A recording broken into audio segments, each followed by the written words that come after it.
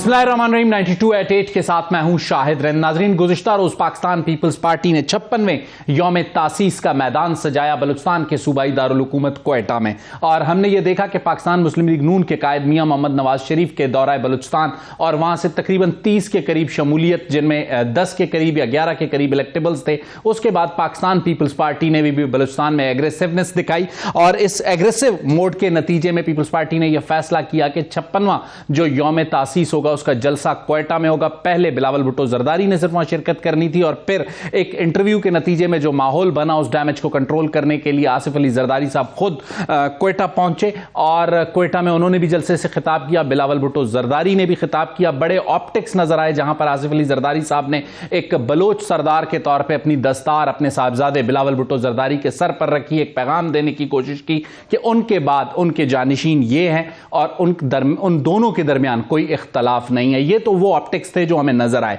लेकिन पाकिस्तान मुस्लिम लीग नून और Pakistan peoples party दोनों जमातों ने जब बलूचिस्तान का रुख किया तो उनके अहदाफ क्या थे, उनके अहदाफ क्या, बलूचिस्तान का उनका हदफ आम आदमी था, क्या उनका हदफ बलूचिस्तान के बुनियादी मसाइल थे? तो बज़ाहिर इस सवाल का जवाब नफी में मिलता है और दोनों जमातों ने बलूचिस्तान के इलेक्टेबल्स को हदफ बनाया। पहले हमने देखा 10 से 11 इलेक्टेबल्स ने ज्वाइन किया पाकिस्तान मुस्लिम लीग नून को। पाकिस्तान पीपल्स पार्टी को 3 से 4 इलेक्टेबल्स ने पहले ज्वाइन किया था, 2 से 3 ने मजीद किया है।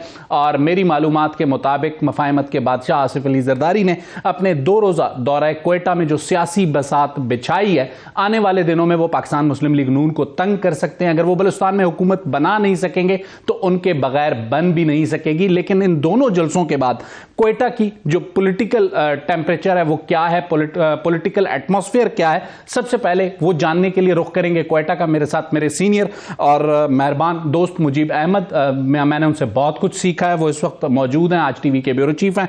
मुजीब साहब, आपको सबसे पहले खुशामदीद कहता हूं और पहला सवाल अगर आपके सामने रखूं, सारी सूरत हाल आपके सामने है। मियां मोहम्मद नवाज शरीफ साहब का दौरा, आसिफ अली जरदारी साहब का जिसे कहते हैं क्वेटा में जलसे से खिताब, 2 बड़ी पॉलिटिकल डेवलपमेंट्स हैं। इसके बाद जो क्वेटा का पॉलिटिकल एटमॉस्फेयर है सर्द मौसम में, कैसा लग रहा है आपको? जी, शायद बलूचिस्तान में हुकूमत साजी को लोग इसलिए भी फोकियत देते हैं कि शायद उसका असर मरकज़ में होता है और इसलिए दोनों पार्टियों का फोकस यहाँ पे रहा। यहाँ पे नवाज शरीफ जब आए तो उन्होंने न सिर्फ को शामिल किया अपने, लेकिन इत्तेहादियों को भी अपने साथ मिलाए रखा। उन्होंने नेशनल पार्टी से, पशुपा मैप से, JUI से सबसे मुलाकातें की और ये काफ़ी सूदमंद के लिए साबित हुई। लेकिन अगर आप देखें तो इलेक्टेबल्स की सियासत अगर है तो 25 सीटों पर है, जबकि बाकी 35 सीटें बच जाती हैं जो कॉमप्रस्त और मजहबी जमातों के पास हैं। अगर वो जमातें अपना बैंक बरकरार रखती हैं तो इलेक्टेबल्स डिस्ट्रीब्यूट हो रहे हैं। अब 25 अगर इलेक्टेबल्स हैं तो 8-9 पीपल्स पार्टी में, 12-15 नून लीग चले जाएंगे, लेकिन कुछ इलेक्टेबल्स फिर रह जाएंगे जो BAP में अब भी मौजूद हैं, वो वहाँ से भी जीतेंगे, वो भी एक असर रखेंगे। बलूचिस्तान में आइंदा जो हुकूमत बनने जा रही है वो ना सिर्फ जरदारी कह सकते हैं कि जाला वज़ीर आला होगा, नवाज शरीफ कि उनका कोई होगा, लेकिन उनकी मफाहमती पॉलिसी की आगे चल के उसमें देखना होगा कि कौन सी पार्टी यहाँ पर हुकूमत बनाती है। नून लीग अगर इस पोजीशन में हुई 15 सीटों के साथ तो जाहिर है वो कोशिश करेगी कि वो नेशनल पार्टी, PNP, JUI को साथ लेकर चले। वो पीपल्स पार्टी की भारत मोहताज नहीं होना चाहेगी, क्योंकि उसको अगर मरकज में मजबूत रखना है अपने आप को तो वो कोशिश करेगी कि यहाँ पीपल्स पार्टी करना जमाए। लेकिन सही। मुजीब साहब, एक सवाल आपसे पूछना चाहूंगा। हमेशा हम ये देखते हैं मौजूए बहस होते हैं बलूचिस्तान के इलेक्टेबल्स और उसके साथ साथ कौमपरस्त, लेकिन हम कभी भी डिस्कस नहीं करते एक बहुत इंपॉर्टेंट फोर्स को बलूचिस्तान में, जो मेरे नज़र में जो एदादो शुमार है 1970s में जब सूबे का दर्जा मिला, असेंबली बनी, एक जमात है जो 3 से स्टार्ट होती है, 11 तक पहुंचती है, वो अपने नंबर्स को कभी भी डिक्रीज नहीं होने देती, JUI-F। और माजी में कहा जाता था कि वो पश्तून इलाकों की जमात है, लेकिन पिछले इलेक्शन में हमने देखा कि उन्होंने खुजदार में ब्रेक इवन किया और फिर उसके बाद अब नवाब असलम रईसानी भी उनके पास है। तो JUI को आप कैसे देखते हैं वहां पर एज ए स्टेक होल्डर? जी देखें, JUI ने हमेशा अपनी एक जगह बना के रखी हुई है और इस दफ़ा भी उन्होंने अपोजिशन में होने के बावजूद चीज़ों को मैनेज इतना अच्छी तरह किया कि न सिर्फ अपने इलाकों में काम किए बल्कि अपनी तंजीम साजी पर भी तवज्जो दी। मौलाना वासी ने बहुत सिस्टमेटिकली मामला को चलाया, तो अब भी वो इस पोजीशन में होंगे इस इलेक्शन कि वो अपनी सीटें न सिर्फ रिटेन करें बल्कि 2-4 को देने की पोजीशन में भी होंगे। क्योंकि इन इलाकों में जो पख्तून बेल्ट है वहाँ पे उन्होंने काम किया ही किया, लेकिन कोयटा और जो बलोच बेल्ट के कुछ एरियाज हैं वहाँ पे भी उनका नजर आ रहा है, तंजीम साजी नजर आ रही है, इसलिए वो काफी मजबूत कुव्वत बन के उभरेंगे। और उन्होंने जिस तरह अपनी पार्टी को मुनज़्ज़म किया कोशिश करेंगे कि वज़ीर आला उनकी तरफ से आ जाए। मुजीब साहब, नवाज शरीफ को मुजीब साहब एक और सवाल आपके सामने रखना चाहूंगा। वो सबसे बड़ी बुनियादी बात यह है कि जब हम बलूचिस्तान की सियासत की बात करते हैं तो नेशनलिस्ट फोर्सेस को आप कहां देखते हैं? क्योंकि जो अभी का मंजरनामा मेरे और आपके सामने है, इलेक्टेबल्स की वजह से पीएमएलएन और पीपल्स पार्टी लीड पर है, जेयूआईएफ आप और मैं कह रहे हैं अपनी एक स्ट्रेंथ रखती है, तो मुझे तो कॉमपरस्त अपने बका की जंग लड़ते हुए नजर आ रहे हैं। जी बिल्कुल, कॉमपरस्त बका की जंग लड़ रहे हैं, उनको बहुत ज़्यादा दुश्वारी का सामना होगा। खसूसन मकरान बेल्ट में नेशनल पार्टी बीएनपी को बहुत ज़्यादा टफ टाइम मिलेगा, क्योंकि हक तो तहरीक वहाँ पे मौजूद है और उसने बहुत ज़्यादा काम किया हुआ है। इसी तरह आप नीचे की तरफ आएँ तो कोयटा चावली और इस तरफ के एरिया, यहाँ पे भी काफ़ी ज़्यादा मसाइल का इनको सामना करना पड़ेगा। अगर नेशनल पार्टी और बीएनपी किसी इत्तेहाद की शक्ल में आती हैं और मुश्तरका इलेक्शन लड़ती हैं तब उनकी पोजीशन मजबूत हो सकती है, लेकिन बज़ाहिर ऐसा लगता है कि दोनों अलग अलग लड़ेंगी और दोनों पार्टी इस पोजीशन में नहीं होंगी कि वो हुकूमत साजी कर सकें। मुजीब साहब, एक आखिरी सवाल आपसे करूंगा, वो ये कि आपको बलूचिस्तान में ज़रगून रोड पर वज़ीर आला के मसनद इक़्तिदार पे कौन बैठता हुआ नजर आ रहा है? और इसके बाद चूंकि फौरी बाद 2 अहम इलेक्शन होंगे, अगर 8 फरवरी को जो शेड्यूल इंतखाबात हैं वो है प्रेसिडेंशियल इलेक्शन और सेनेट के, तो जो भी गवर्नमेंट फॉर्म करेगा वही बलूचिस्तान से लीड लेगा प्रेसिडेंशियल और सेनेट इलेक्शन में। तो आपकी कैलकुलेशन में पीएमएलएन, पीपल्स पार्टी, नेशनलिस्ट, कौन आपको नजर आ रहा है ज़रगून रोड पर लीड करता हुआ? इस वक्त जो पोजीशन नजर आ रही है बज़ाहिर मुस्लिम लीग नून यहाँ पे लीड करेगी और वो 15 से ज्यादा नशिस्तें जीतने की पोजीशन में है इन इलेक्टेबल्स के साथ। अब कुछ इलेक्टेबल्स अब भी मौजूद हैं जो निगरान हुकूमत में मौजूद हैं और इलेक्शन का जब शेड्यूल आएगा तो वो शायद रिजाइन करके वो भी इसमें शामिल होकर अपनी सीट पक्की करने की कोशिश करें। तो लीड तो बहरहाल वो करते हुए नजर आएंगे, लेकिन जो वज़ीर आला होगा बलूचिस्तान का वो जरा अनएक्सपेक्टेबल भी हो सकता है, क्योंकि जरूरी नहीं कि वो पार्टी से हो या नून लीग से हो, लेकिन वो कोई आजाद से हो सकता है। मुजीब साहब, कोई सरप्राइज मौजूद है?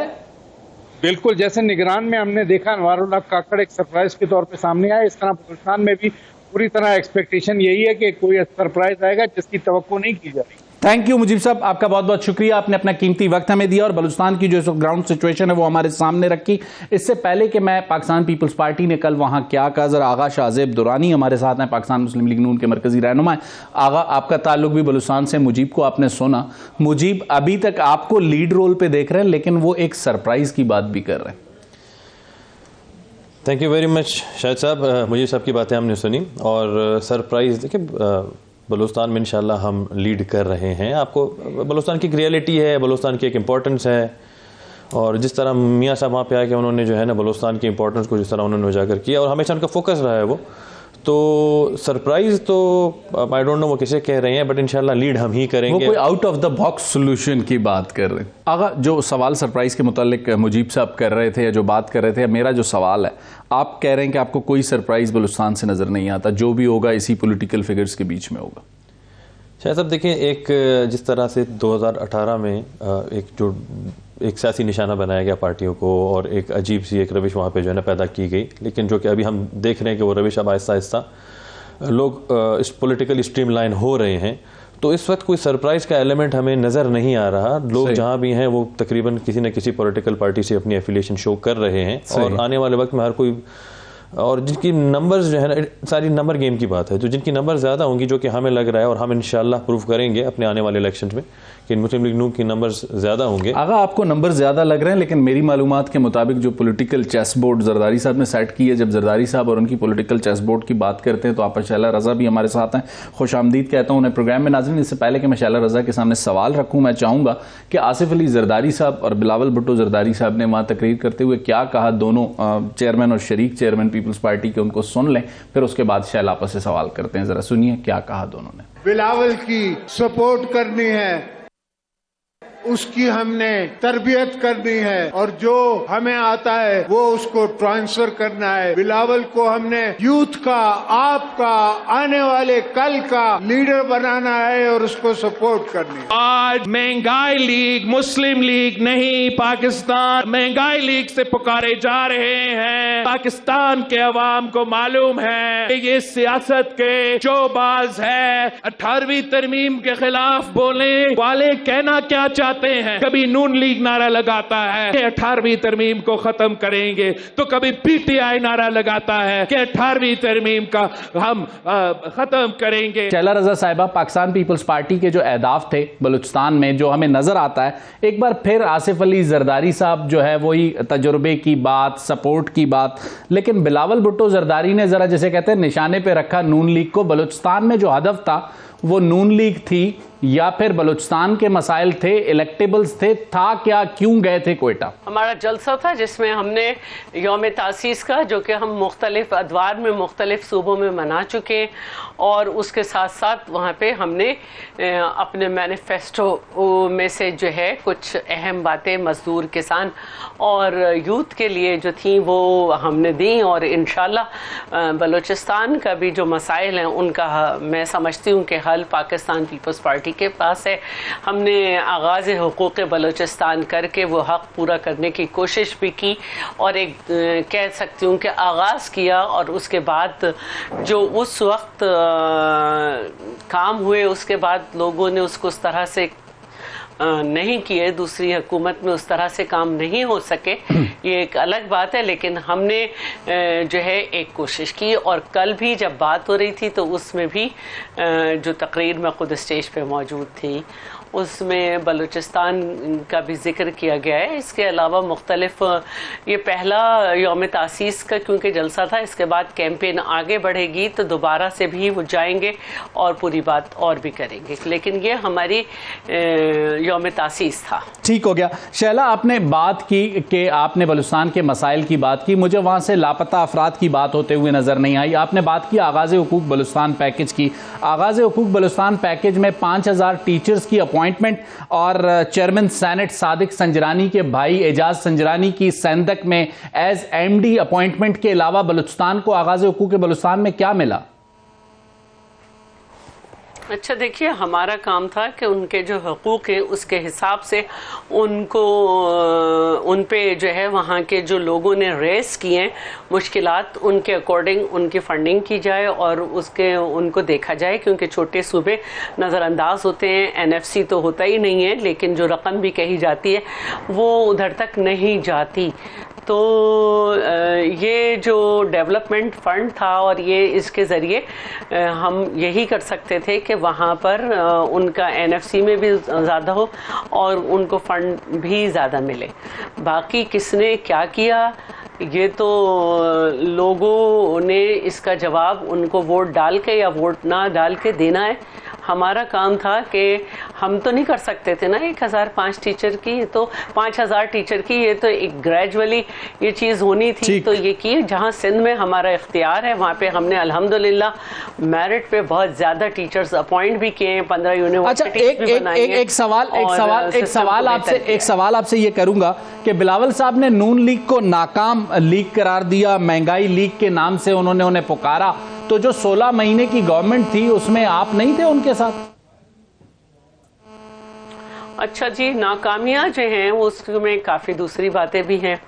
एक तो जो आजकल उनकी एक्टिविटीज़ हैं उसमें उनको नाकामी हो रही है, और जहाँ तक बात है 16 महीने की, उसमें सबको मालूम है कि हमने बहुत सारे उनको एडवाइस भी थी, जिसमें एक एडवाइस ये भी थी कि वो शुगर को सही वक्त पे एक्सपोर्ट करें, लेकिन उन्होंने नहीं सुनी।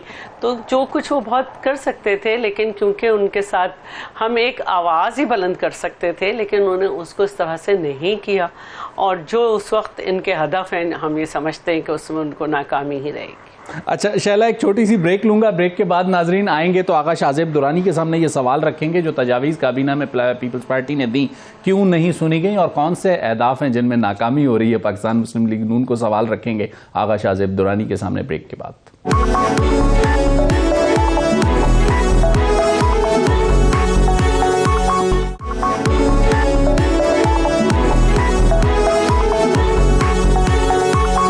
वेलकम बैक नाजरीन। शैला आपा ने कुछ चीज़ें, कुछ बातें रखी हैं और नाकाम लीग या जिसे कहते हैं वो महंगाई लीग का नाम क्यों बिलावल साहब ने दिया, वो वजह उन्होंने बताई। आगा शाहजेब, आपके ख्याल में आप एग्री करते हैं शैला से कि वो कह रही हैं आपको अहदाफ नहीं मिल रहा है? शायद साहब मैं यहाँ पे ज़रा ये जो कह रहे हैं जी महंगाई लीग और 16 महीने मेरे ख्याल में ये उनमें पार्टनर थे और कुछ दिन पहले जरदारी साहब कह रहे हैं इंटरव्यू में इन्होंने बात कही, कह रहे हैं हमने तजावीज़ दी, आप लोगों ने मानी नहीं है। किस चीज़ की तजावीज़ दी उन्होंने? जैसे वो कह रहे हैं शुगर को उन्होंने कहा कि बाहर बेच दें, इस वक्त बेचने का आइडियल टाइम है, आप लोगों ने एक्सेप्ट नहीं किया उस बात। इस तरह तो बहुत सारे तजावीज़ थी। वो एक कैबिनेट था, federal government means federal cabinet, उस कैबिनेट में 13 पार्टियाँ और भी थी, तो एक अकेली हमारी वो डिसीजन नहीं थी। अगर वो एक मुत्तफ़िका डिसीजन था, तो अगर इन्होंने वहाँ पे सजेशन दी तो बाकी पार्टियों ने भी उन्होंने उनकी हिमायत की थी? नहीं की थी उनकी। सही। तो वो एक म्यूचुअल कंसेंसस से डिसीजन लिया गया था। आप किसी एक पार्टी को या किसी जिम्मेदार नहीं ठहरा सकते। और दूसरी बात कह रहे हैं 16 महीने, तो 16 महीने में तो हर चीज़ में कहीं किसी भी पॉइंट पे या किसी भी कोई ब्लेम इन्होंने लिया, कहीं रिस्पॉन्सिबिलिटी ली, कोई प्रेस कॉन्फ्रेंस इनकी तरफ से उस हुकूमत में आई है इनकी तरफ से, हमने तो कहीं पे कुछ नहीं देखा इनकी तरफ से। हर चीज़ का ब्लेम, हर चीज़ का ब्रंट जो है वो नून लीग ले रही थी, चाहे वो एक पॉलिटिकल एक क्राइसिस थी उस वक्त, चाहे वो एक इकोनॉमिक क्राइसिस थी, हर जगह हमारे ही। लेकिन आगा बिलावल ने फ्लोर ऑफ द हाउस खड़े होकर कहा था कि आसिफ अली जरदारी यारों के यार हैं और इस वक्त शहबाज शरीफ उनके यार हैं और यारी निभाएंगे। तो जब यारी निभा रहे तो फिर आज वो क्यों कह रहे हैं महंगाई लीग? उन्हीं यार के यार थे वो, तो फिर आज वो कैसे कहते हैं महंगाई लीग? शैला आपा, आगा को रिस्पॉन्ड आप ही करें तो ज्यादा बेहतर है। देखिए, इसमें ये होता है कि इसमें बिल्कुल बहुत सारे डिसीजन होते हैं, लेकिन अगर हुकूमत की तरफ से वो डिसीजन रखा जाए, उस पर बाकायदा आपके एक काउंसिल होती है, उसमें आप रखें और उसके बाद लोगों से राय लें तो करेंगे। लेकिन अगर एक पार्टी पे आप ले रहे हैं, कुछ आपके वो लोग बैठे हैं जो आप ही की बात सुनेंगे, तो फिर वो बहस नहीं होती है। और इसका इतराफ़ भी काफ़ी ज़ोर शोर से हुआ कि जी शुगर जो थी वो एक्सेस में थी और जब आपने उसको नहीं किया तो 2 बिलियन का हमें फ़ायदा होता, लेकिन फिर वो स्मगल हो गई। इसके अलावा भी कुछ बातें हैं जिनको जरदारी साहब ने कहा अक्सर, लेकिन क्योंकि लेकिन शैला पाकिस्तान को एक जुमला जो मुझे याद आता है कि इंटरनेशनली पाकिस्तान की कमिटमेंट के ऊपर है, वो था कि हमें पाकिस्तान की जो इंटरनेशनली कमिटमेंट्स थी उसके ऊपर ये सारा दारोमदार था कि पाकिस्तान को मुश्किलात से निकालते। तो बहुत सारी बातें ऐसी थी जिनको ना बर्दाश्त करके पहले बर्दाश्त किया, फिर जब बर्दाश्त नहीं हो सका तो PDM से अलहदगी इख्तियार की। तो लेकिन अदम एतमाद शैला आपा, अदम एतमाद तो PDM से अलहदगी के बाद आई थी। PDM से अलहदगी के बाद भी आई है, तो इसी वजह से आई है कि हमें मालूम है कि हम जो है ना वो बहुत सारी चीज़ें जब इनसे बात करते हैं तो इनको समझ नहीं आती उस दिन। अब ये बैठकर अपना जो मैनिफेस्टो बना रहे हैं उसमें ये कोशिश कर रहे हैं कि नैब को ख़त्म कर दें, लेकिन जब हमारी हुकूमत थी और हमने इनसे कहा था कि नैब ख़त्म कर देते तो इन्हें समझ नहीं आई थी। फिर जब 18वीं तरमीम हो रही थी तो इनको कहा था कि आइए 62-63 के ऊपर बैठते हैं और बात करें, तो इतने नाराज़ हुए थे कि इन्होंने कहा कि अगर इस पे बात की गई तो हम इसमें बैठेंगे नहीं। इसी तरह जो है जो PDM वाला मामला है उसमें यही हुआ था और हम PDM का हिस्सा भी थे ना, तो उस वक्त हम गिलगित बल्तिस्तान में एक दूसरे के खिलाफ इलेक्शन लड़े थे। बिल्कुल ठीक है। एक मिनट, आपने दो तो हम बाग में एक दूसरे के खिलाफ लड़े थे और वो हमने जीत लिया था। बिल्कुल ठीक है। 2 अहम बातें शैलापा ने की हैं। एक, उन्होंने कहा कि आप अब जो है ना नैब ख़त्म करने की कोशिश कर रहे हैं और 18वीं आईनी तरमीम पर भी पीपल्स पार्टी का मौक़िफ़ है कि आप ख़त्म करने जा रहे हैं। क्या वाकई इन दोनों चीज़ों को PMLN ख़त्म करना चाहती है? इससे पहले मैं एक रिस्पॉन्स ज़रूर करूँगा कि उन्होंने कहा कि जी बहुत सारी बातें हमारे वो नहीं मानते थे या उनको कुछ फेलियर्स थी, तो मैं कहूँगा कि जहाँ पे कुछ सक्सेस था हमारा, जिस तरह हमने डॉलर के एक में जो उड़ान थी उसको रोका गया और डिस्पाइट द फैक्ट कि आप इतना प्रेशर था, इंटरनेशनल प्रेशर था, स्मगल हो रहा था डॉलर, वो सारा रोका, तो उसका क्रेडिट लेते वक्त तो ये सबसे पहले पेश होते हैं कि जी वो तो हमने किया, कराची में हमने जो है ना वो मैनेज किया। और वहाँ पर ये नहीं कहते कि जी नून लीग, वहाँ पे वो आगे बढ़ के अपना क्रेडिट लेते हैं। और जहाँ तक बात आई अभी इनकी, के जी कह रहे हैं कि 18th अमेंडमेंट, 18th अमेंडमेंट में ये कह रहे हैं कि नून लीग ने कहा है 18th अमेंडमेंट कोई हर्फ आखिर नहीं है। सही, 18th हर चीज में हर जगह इंप्रूवमेंट की गुंजाइश होती है, उसमें बेहतरी की गुंजाइश होती नहीं करेंगे, है, आप उसे बेहतरी की गुंजाइश है। तो अगर उसमें जहाँ पे आपको कोई फ्लॉ नजर आ रहा है, कोई, और नैब के मुतालिक नैब का जो कानून है आपको पता है कि किस तरह उसको मिसयूज किया गया, जो उसका शाहिद खान अब्बासी साहब तो कहते हैं उड़ा दें, बिल्कुल उड़ा देना चाहिए, लेकिन उसका मिसयूज किया गया। अगर आप एक कानून बना के आप किसी एक स्पेसिफिक एक खास तबके को, खास लोगों को, चंद एक लोगों को निशाना बनाएंगे बिला वजह के, आप समझते हैं कि उसे खत्म करना आप लोगों के मंशूर का हिस्सा हो सकता है? किसी शख्स को आप तनख्वाह ना लेने की बुना पर आप उसे डिस्क्वालीफाई कर दें, सिर्फ ये, और उसके बाद वही कोर्ट उसको बाइज्जत बरी कर रही है। सही, लेकिन नैब रहेगी या नहीं? मैनिफेस्टो कमेटी में इरफान सिद्दीकी साहब आप लोगों को क्या तजवीज़ देने लगे? नैब को असूलन अगर इस कानून के साथ नहीं रहना चाहिए जो अब का उसका कानून है, जिस तरह वो पॉलिटिकल, आप कह रहे हैं जैसे 18वीं तरमीम बेहतर हो सकती है वैसे ही नैब भी बेहतर की जा सकती है। अच्छा, एक मिनट के लिए आपको यहाँ रोकूंगा नाजरीन। बिलावल भुट्टो जरदारी ने आज क्वेटा में एक और जिसे कहते हैं बात की है, उन्होंने कहा 70 साला निजाम को बदलना होगा। सुनिए बिलावल भुट्टो जरदारी क्या कहते हैं, फिर शायद आपके सामने सवाल रखते हैं। आज भी बलूचिस्तान के जो माँ है वो अपने बच्चे के शहीद होने पे, टारगेट किलिंग होने पे, लापता होने पे दुखी है। तुम्हें उनका दुख जानता। 70 साल से जो निजाम चलता आ रहा है, क्या इसने इस मुल्क की शहरियों, इस वतन, इस धरती के रहने वाले इंसाफ आज तक दिलवाया है कि हम पाकिस्तान और पाकिस्तान के मुस्तकबिल के फैसले अवाम को करने दें? शैला आपा, बिलावल भुट्टो जरदारी साहब कहते हैं कि 70 साला निजाम को बदलना होगा। पाकिस्तान पीपल्स पार्टी हमें एक पॉलिटिकल स्लोगन लेते हुए नजर आती है कि मुल्क को पहला आइन 1970 में हमने दिया और 18वीं आईनी तरमीम करके हमने उस आइन को बेहतर किया। तो मुल्क का जो निजाम चल रहा है वो तो उसी आइन और उसी 18वीं आईनी तरमीम के तहत चल रहा है। आज आपके चेयरमैन कह रहे हैं उस निजाम को बदलना है, तो मतलब वो कह रहे हैं जो निजाम उन्होंने और उनकी जमात ने दिया था उसमें उसे बदलने की जरूरत है। 70 साल से अगर आइन के तहत निज़ाम चल रहा है तो ये माशाल्लाह और ये सब इनको मैं किसके तहत देखूं?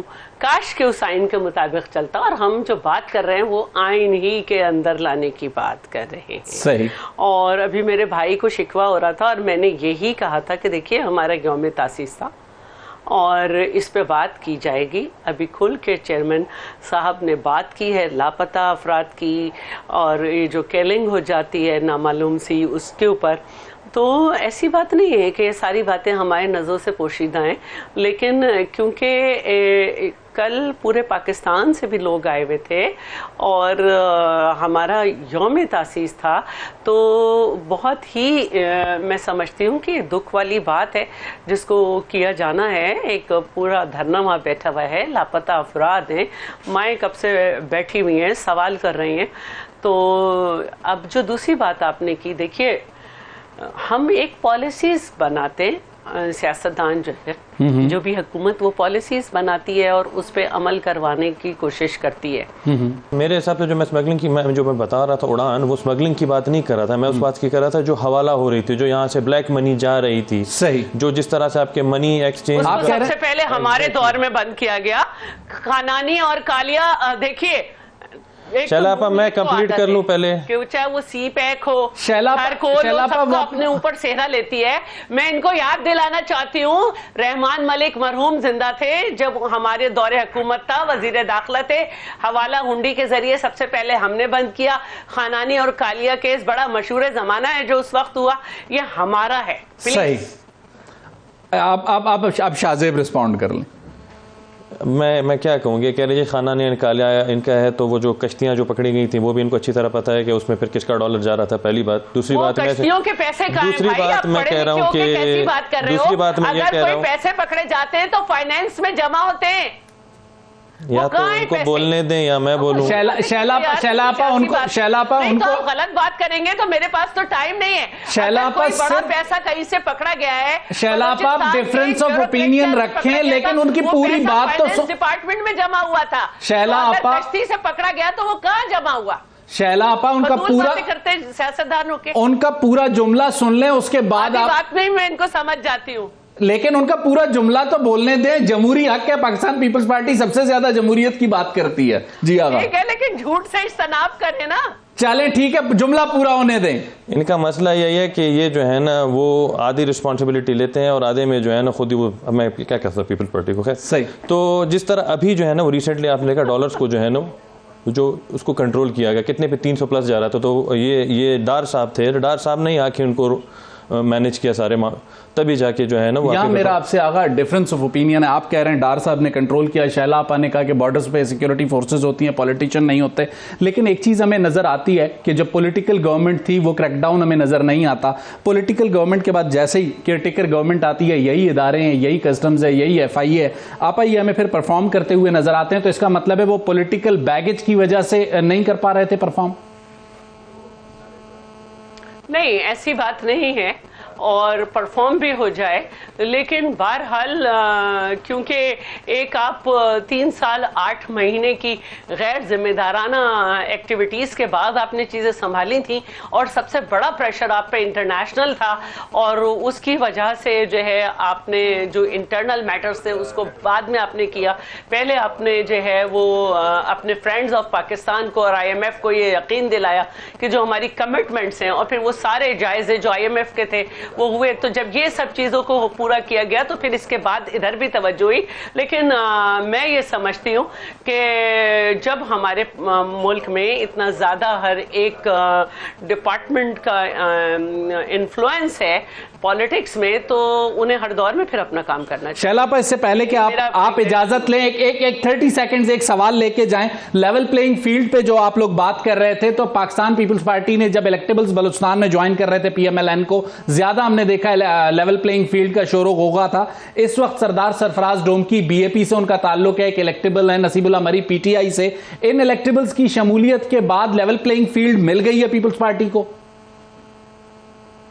जी, हम उससे पहले ही बात कर चुके थे, जब वो ब्यूरोक्रेट्स खास और पंजाब और फेडरल गवर्नमेंट में शामिल हुए। लेवल प्लेइंग फील्ड की बात उस वक्त से स्टार्ट हो चुकी थी। लेवल प्लेइंग फील्ड की बात उस वक्त बहुत ज़्यादा ही ज़ोर शोर से हो रही थी, जब किसी को समझ में नहीं आ रहा था। फिर सहूलतकारियों के बाद जो है उस मौजू पे भी लेवल प्लेइंग फील्ड की बात की गई, और फिर उसके बाद वो लोटे जिनको क्या कहा जाता था कि ये वॉशरूम में उनकी जगह है। अब शिकवे खत्म हो गए या बरकरार हैं? हमने कहा कि वोट को इज्जत दो, बयानिया जो है वो बेचारा झोंक दिया गया।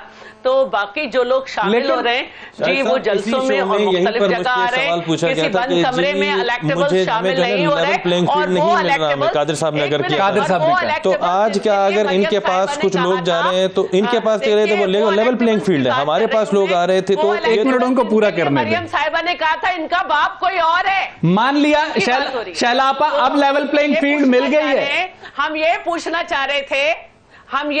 चाह रहे थे उस वक्त कि जब मरियम साहिबा ने वो हमारे साथ आए थे, ये कहा था कि इन बाप पार्टियों वालों का बाप कोई और है, तो हम चले अब एक सादा सा बाप से पूछ के आए हैं या खुद आए हैं? एक सादा सा सवाल शैला आपा, एक सादा सा सवाल, लेवल प्लेइंग फील्ड का शिकवा खत्म हो गया या बरकरार है? नहीं, देखिए वो दूसरे पैमाने पे दूसरे तरफ जो चीजें हैं वो भी चल रही हैं। हर पॉलिटिकल पार्टी का गवर्नर यहाँ बैठा हुआ है, गवर्नर हाउसेस इस्तेमाल हो रहे हैं, सूबे में सारे काम जो है वो नून लीग वालों के हो रहे हैं, सबको मालूम है। पंजाब ये चाहते हैं सारी पॉलिटिकल अपॉइंटमेंट्स इनकी हो, सारे गवर्नर इनके हो, सारे इलेक्टेबल्स इन्हें मिल जाए तो इनके लिए वो लेवल प्लेइंग फील्ड है। अब बताएं शैला आपा, इलेक्टेबल्स पे नहीं जाते, हम इलेक्टेबल्स पे नहीं जाते, आप जा रहे हैं, जब ही तो बंद कमरों में आप बैठे। अभी तो आपको अभी शायद साहब ने आपसे यही सवाल पूछा कि जब आपको 2 इलेक्टेबल्स मिल गए, आप कह रही हैं हम इलेक्टेबल्स पे नहीं जा रहे, तो ये अगर इलेक्टेबल्स नहीं है तो ये कौन है, ये बताएं। 2 की बात नहीं है, हमने उन्हें बंद कमरे में नहीं बुलाया है। सही, हमने उन्हें बंद कमरे में नहीं बुलाया है। आगा आपने बंद कमरों में शमूलियतें करवाई, हमने कहीं बंद कमरे में नहीं कराई, हमने सबके सामने कराई हैं शमूलियतें। और वो वैसे आपा सरीना होटल में सबके सामने जो है ना वो 30 के 30 या 35 जितने मेंबर थे सबकी शमूलियत हुई। जलसे में आना था, उनको जलसे में आना था, लेकिन क्योंकि जलसे के टाइमिंग को कहा गया था कि हर हाल में क्लोज करना है आपको रोशनी में, तो वहां पे बड़े मसाइल थे, हमें बड़ी मुश्किल से हमने वहां जलसा किया है, बहुत ज्यादा मसले थे। तो फिर ये हुआ कि बल्कि कुछ और लोग भी थे जो पूरे शामिल नहीं हो सके, लेकिन इंशाल्लाह मेरे सवाल का जवाब आप दोनों, जैसे जैसे नून लीग सामने आएगी, जैसे जैसे नून लीग सामने आएगी, लोग हमारी ही तरफ आएंगे। मेरे सवाल का जवाब, लेवल प्लेइंग फील्ड का शिकवा है या खत्म हो गया? देखिए, ये तो बहुत ही आखिरी बात है कि लोग कहां जा रहे हैं। जो लेवल प्लेइंग फील्ड थी वो इनसे पहले शुरू हो चुकी थी कि अगर रेफरी इनकी मर्जी का होगा, प्लेयर इनकी मर्जी के होंगे, गोलकीपर इनकी मर्जी का होगा, बॉल इनकी मर्जी का, तो तभी लेवल प्लेयर फील्ड होंगे, अदरवाइज इन्हें लेवल प्लेइंग फील्ड कभी नहीं मिलेंगे। ठीक है शैलाब, आपका शैलाब, आप परेशान है, ठीक है, आप कहने वाले हैं मुझे क्यों बुलाया। अच्छा, क्यों निकाला के बाद क्यों बुलाया? चलें, ठीक है, नहीं चल सकता। ठीक है शैलाब, आपका बहुत बहुत शुक्रिया, आपने एक और प्रोग्राम में जाना है इसलिए शुक्रिया। आगा शाहजेब दुरानी हमारे साथ हैं, जरा लेवल प्लेइंग फील्ड पर आगा को मौका देंगे, जो मौका उन्हें नहीं मिल सका, चाहूंगा कि वो उस पर रिस्पॉन्ड करें।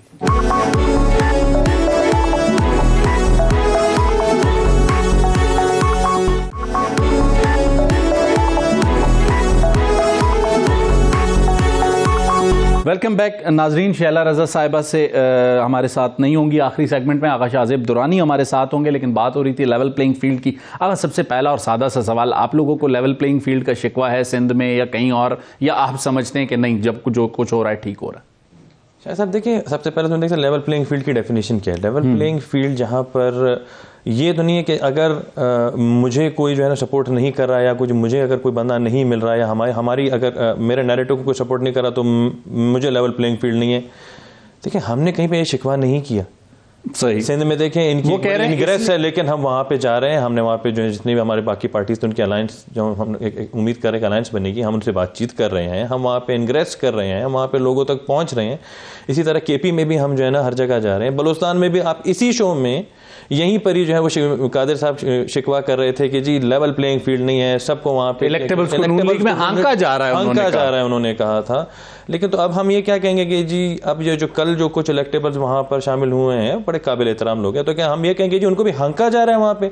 अब जब वो चले गए हैं वहाँ पर तो उनको लेवल प्लेइंग फील्ड मिल गई है उन्हें। लेवल आपकी अपनी कैपेसिटी कितनी है, आपकी अपनी टेंडेंसी कितनी है, आप कितने लोगों को कंफर्ट जोन में ला रहे हैं, कितना आप आगा बतौर सियासी कारकुन लेवल प्लेइंग फील्ड का मामला, ऐसे आपको नहीं लगता कि लेवल प्लेइंग फील्ड का जो नैरेटिव है वो तमाम सियासी जमातें इसलिए बना रही हैं चूंकि आपकी जमात इस वक्त लेवल प्लेइंग फील्ड की बात नहीं करती, तो वो जरा माजी के किस्से नहीं भूलती? गो के बार बार मियां साहब कहते हैं कि मैंने माजी भुला दिया है, लेकिन फिर उन्हें याद आता है कि उनके साथ क्यों हुआ, कैसे हुआ।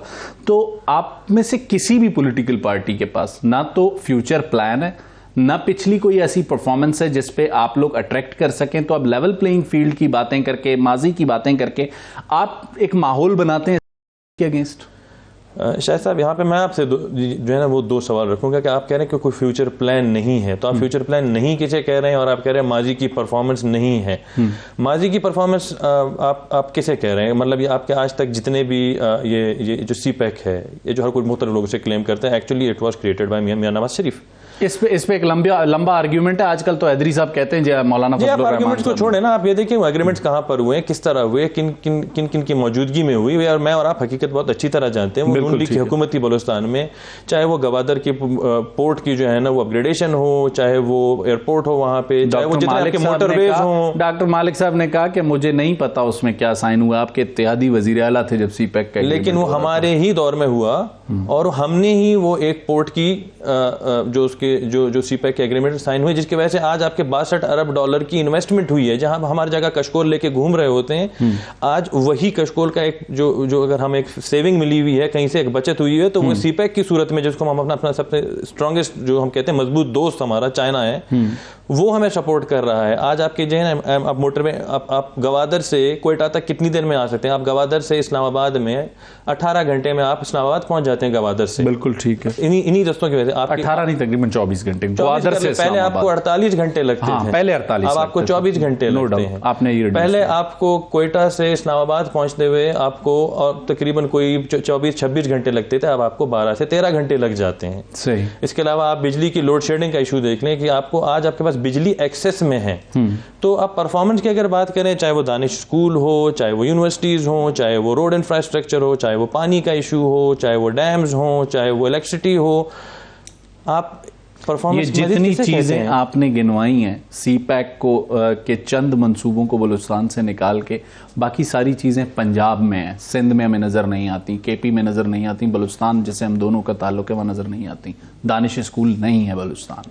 मैं आपको अगर बताऊं, दानिश स्कूल अभी ही रिसेंटली शहबाज शरीफ साहब ने सोबतपुर में जो है वो फ्लड के बाद पहली बात। दूसरी बात, अगर आप ये कह रहे हैं कि जी वहाँ पर नहीं है, बलूचिस्तान आप अच्छी तरह जानते हैं 48% आपके मुल्क का जो है वो बलूचिस्तान है कि 3 सूबे एक तरफ और 1 सूबा एक तरफ। उसके अलावा उसकी ट्रेन, उसका वहाँ पे ज़मीन, वहाँ पे पहाड़ी इलाका है, रफ इलाका है, तो मुझे पहली बुनियादी नीड क्या है वहाँ पर? ठीक है, पहली है कनेक्टिविटी, जिसपे चाहे हम और हमसे मतलब जो हमारा जो मंशूर है उसमें एतराफ़ कर लें कि माजी में इग्नोर हुआ है, बिल्कुल इग्नोर हुआ है, लेकिन हम ये नहीं कहते कि जी जो माजी में हुआ वो होता रहे। सही। और माजी में जितनी पार्टियां रही हैं उनमें सबसे ज्यादा बेहतर परफॉर्मेंस नून लीग की रही है, ये भी आप एडमिट करें। ये मैं एडमिट करता हूं कि नून लीग ने बाकियों से बेहतर परफॉर्म किया, लेकिन एक सवाल आपके सामने ये रखना चाहूंगा कि PMLN हो या पीपल्स पार्टी, जब आप उन्हीं इलेक्टेबल्स के पास रहे हैं, बात कर रहे हैं बलूचिस्तान के एक आम आदमी के बुनियादी मसाइल को बदलने की, इलेक्टेबल्स ने पिछले 70 से लेकर 2024 तक आज तक कुछ नहीं बदला या नहीं बदलने दिया, तो वो आपकी अगली गवर्नमेंट में कैसे बदलने देंगे? 2013 से 18 तक भी तो गवर्नमेंट आपकी और आपकी इत्यादियों की थी। तो 2013 और 2013 से 18 तक क्या परफॉर्मेंस भी देख लें। 2012-8 से 13 तक वहाँ पे क्या हालात थे। 13 जब हुकूमत टेक ओवर हुई तो वहाँ पर हर गली, हर कूचे, हर मोहल्ले में लाशें पड़ी होती थी। इतना वहाँ पे टेररिज्म का आप जो है ना देखते थे कि किस हद तक वहाँ पे फैल चुकी थी। पहला एजेंडा तो हमारा था कि टेररिज्म से हम उसका सफाया, और अल्लाह के फजल करम से काफ़ी हद तक 2016 तक हम उस चीज़ से काफ़ी हद तक जो है ना हम क्लियर कर चुके थे, जिसकी वजह से आपके फिर जो सीपेक के जो मुआहदे थे या दूसरे मुआहदे थे, इंफ्रास्ट्रक्चर डेवलपमेंट का काम वहाँ पर शुरू हुआ। आगा अंसार अब्बासी साहब ने आज एक आर्टिकल लिखा है, मैं चाहूँगा ज़रा आपसे सेंटर की भी बात की जाए, सिर्फ बलूचिस्तान की नहीं। आपने जो भी बातें की लेवल प्लेइंग फील्ड के हवाले से तो आप लोग कम अज़ कम क्लियर है, बाकी जमातों के अपने तहफ़्फ़ुज़ात हैं। अंसार अब्बासी साहब के एक आर्टिकल से ये तासुर मिलता है कि या तो मियाँ मोहम्मद नवाज शरीफ वज़ीर आज़म नहीं बनेंगे, और अगर बनेंगे तो कुछ अरसे बाद वो पावर किसी और को शिफ्ट कर देंगे। क्या PMLN इस तरह का कोई फार्मूला सोच रही है? देखिए, मियाँ साहब जो हैं वो कायद हैं पार्टी के। सही। वो अपने मामलात को या हमारे लिए हम उनसे ज़्यादा बेहतर किसी को भी वज़ीर आज़म की स्लॉट पे नहीं देख सकते हैं। सही। लेकिन अगर वो किसी भी वजह से समझते हैं कि वो जिम्मेदारी किसी और को देना चाहते हैं वो खुद, तो वो उनकी जो है ना अपनी एक मर्जी भी हो सकती है और वो किसी को इसके काबिल समझते हैं तो। लेकिन अदरवाइज़ हमारे पास उनसे बेहतर, बल्कि पूरे पाकिस्तान के पास उनसे बेहतर जो है वो कैंडिडेट प्राइम मिनिस्टर का है ही नहीं। आपने ये जो बात की कि ये उनका इख्तियार है, मरियम को जब चीफ ऑर्गेनाइज़र बनाया शाहिद खाकान अब्बासी साहब नाराज़ होकर चले गए, तो इस तरह के मज़ीद अगर कोई फ़ैसले होंगे तो वो पार्टी के लिए प्रॉब्लमेटिक नहीं होंगे? इस तरह के फैसलों से मुराद क्या है आप कि जी क्या क्योंकि वो मरियम नवाज को जो है वो चीफ ऑर्गेनाइजर क्यों बनाया गया था? शाहिद खाकान अब्बासी साहब ने रेजिस्ट किया उस फैसले को और अभी तक कर रहे हैं। आप ये देखें कि इन 4 साल में जो फ्रंट फुट पे जो थी, जो फ्रंट लीड पे थी, वो पूरे PMLN में किसने फ्रंट किया? अगर आज तक आप देखें, मरियम साहिबा थी जो हेड ऑन जा रही थी हर जलसे में। PDM में अगर सबसे बड़ा रोल था वो मरियम साहिबा का था। सही। हर जगह क्राउड के साथ भी और नैरेटिव बिल्डिंग में भी। तो जितना PMLN को हम तो कहते हैं कि जी वो हमारी फाइटर रही है, फ्रंट फुट पे जिसने जो है ना वो फाइट किया, अगर उनको शी डिजर्व्स दैट जो उनको ओहदा दिया गया है, तो अगर तो फिर सीनियर्स को आप कहते हैं कि एहतराम करना चाहिए। बिल्कुल। अगर देखिए मेरिट पे आप चले तो उनको तो उन्होंने आप बेहतर जानते हैं कि हर जगह दिफा किया उन्होंने, हर उन मुश्किल हालात में जहां पर जो है ना लोगों जब कहा जाता था for the sake of argument Mian Mohammad Nawaz Sharif sahab prime minister के कैंडिडेट नहीं है या नहीं बनना चाहते, आपकी नजर में जमात में फिर उनके बाद मियां शहबाज शरीफ ही हैं? ये तो देखें जी, एक जमहूरी निज़ाम है और परफॉर्मेंस पे आप देखते हैं। पहली बात कायद का क्या फैसला, दूसरी बात मेरिट पे और परफॉर्मेंस किसकी है। जो वो फैसला करेंगे मेरिट को, मियाँ साहब जो भी फैसला करते हैं वो मेरिट पे करते हैं, और वो बीइंग द कायद वो उनकी एक बड़ी एक वास्ट निगाह है, नज़र है। देखिए 3 जगहें जहां पर अभी आप लोग हमें फाइट करते हुए नजर आते हैं मेन स्लॉट्स के लिए, एक सेंटर, एक पंजाब और एक बलूचिस्तान। केपी में अभी तक आप मेन स्लॉट के लिए कंटेस्टेंट नजर नहीं आ रहे, सिंध में नजर नहीं आ रहा है बज़ाहिर अभी तक की सिचुएशन में। सेंटर में मियाँ साहब आपने कहा क्लियर है, पंजाब हमजा शहबाज या मियाँ शहबाज शरीफ साहब वापस जा सकते हैं, बीबी मरियम, या इसके अलावा कोई चौथा ऑप्शन भी है? देखिए फिर वही मैं बात कहूँगा आपसे कि देखिए परफॉर्मेंस बेस्ड आप मेरिट पे देखते हैं। तो इस मेरिट पे मलिक अहमद खान, ख्वाजा साद रफीक, कोई और क्यों नहीं आ सकता पंजाब? आपको देखें जी, ये आप मुझसे ज़्यादा इस चीज़ को बेहतर जानते हैं कि सिर्फ मेरिट ये नहीं होता कि एक बंदा की परफॉर्मेंस कितनी अच्छी है। मेरिट का सबसे बड़ा एक वजह ये भी है कि जी कितने लोग, कितने एमपीएस, कितने इलेक्टेबल हाउस के उस पर मुत्तफिक भी हैं। क्योंकि बहुत सारी शख्सियत ऐसे हैं कि जिनको कुछ लोग may be with in the party जो है ना वो उनकी लॉबीज होती हैं, वो पसंद ना करें या उनका उनकी तरफ इंक्लिनेशन ना हो, या हर एक अपने लिए जो है ना वो तो कर, तो आपको एक यूनानिमस कैंडिडेट जो है ना वहाँ पे लाना पड़ता है जो सबको जो है ना वो मंजूर हो। सही। तो हम इस वक्त किसी ऐसे उसमें नहीं जाना चाहते, कंट्रोवर्सी में नहीं जाना चाहते। आपके पास बुज़दार साहब का एग्जांपल है, वहाँ पे जो है ना एक बुज़दार को जब वो अपॉइंट किया गया, उनकी परफॉर्मेंस को छोड़ दें, लेकिन उनकी शख्सियत से अगर हम देखा जाए तो कितने लोगों को उनसे मसले मसाइल थे। अलीम खान साहब कह रहे थे कि बहुत से लोगों को थे। तो हम नहीं चाहते कि हमें वो मसला हो और एक यूनानिमस कैंडिडेट हो जिसके ऊपर सब मुत्तफिक होते हैं। बलूचिस्तान में 2013 में हमने देखा कि पीएमएलएन 27 सीटें लेके आती है, 6 सीटों वाले डॉक्टर मालिक को मियाँ साहब दे देते हैं, जिसके नतीजे में पीएमएलएन टूट फूट का शिकार हो जाती है आखिरी दिनों में। इस बार पीएमएलएन जो भी नंबर्स लेती है, अभी तक आप दावा कर रहे हैं कि हम लीड करेंगे, इस वक्त आपका चीफ मिनिस्टर का कैंडिडेट क्लियर है बलूचिस्तान में? पंजाब में आपने कहा मेरिट पे फैसला होगा, बलूचिस्तान में किस तरह करेंगे? बलूचिस्तान में भी फैसला हमारा ऐसा होगा जो कि हमारे इलेक्टेबल्स को सबको सब साथ में लेके चले, क्वालिफाइड हो, सिर्फ इलेक्टेबल्स को, क्योंकि जब उस वक्त इलेक्टेबल्स मीन पार्लियामेंट को, ओके, जो नेशनल जो प्रोविंशियल असेंबली होगी, जो इत्तेहादियों को अपनी पार्टी को और इत्तेहादियों को साथ में लेके चलेगी। इत्तेहादी कौन कौन हो सकते हैं बलूचिस्तान में और सेंटर में? शायद साहब ये तो too early to say anything, लेकिन अभी तक जो हम देख रहे हैं जिसमें बीएपी के जो है ना जो बच्चे कुछ वहाँ पे होंगे, वो जो बच्चे कुछ, आप लोग दोनों छोड़ नहीं रहे वैसे पीपल्स पार्टी और पीएमएलएन, तो वो तो आपको पता है कि मतलब जिस तरह वो एक ओवरनाइट उन्हें तोड़ा गया और उन्हें ले जाया गया, तो आप कह रहे हैं जैसे ओवरनाइट बनी थी हम वैसे ही ओवरनाइट तोड़ेंगे। देखिए गलत तरीका था वो, सही, वो तरीका बड़ा गलत था। आप जो है ना जबरदस्ती किसी के ऊपर कोई नजरिया इम्पोज नहीं कर सकते कि जी आप बस आज यहाँ से उठ के चले जाओ और वहाँ पे नेचुरली जो let nature take its due course. ठीक हो गया। आपका एक ओपिनियन है नाजरीन। आगा शाहज़ेब दुरानी से बात हो रही थी, बहुत सी बातें करने का दिल चाहता है लेकिन प्रोग्राम का वक्त खत्म हुआ। मुझे शाहिद रिंद को इजाजत दीजिए। अल्लाह हाफिज।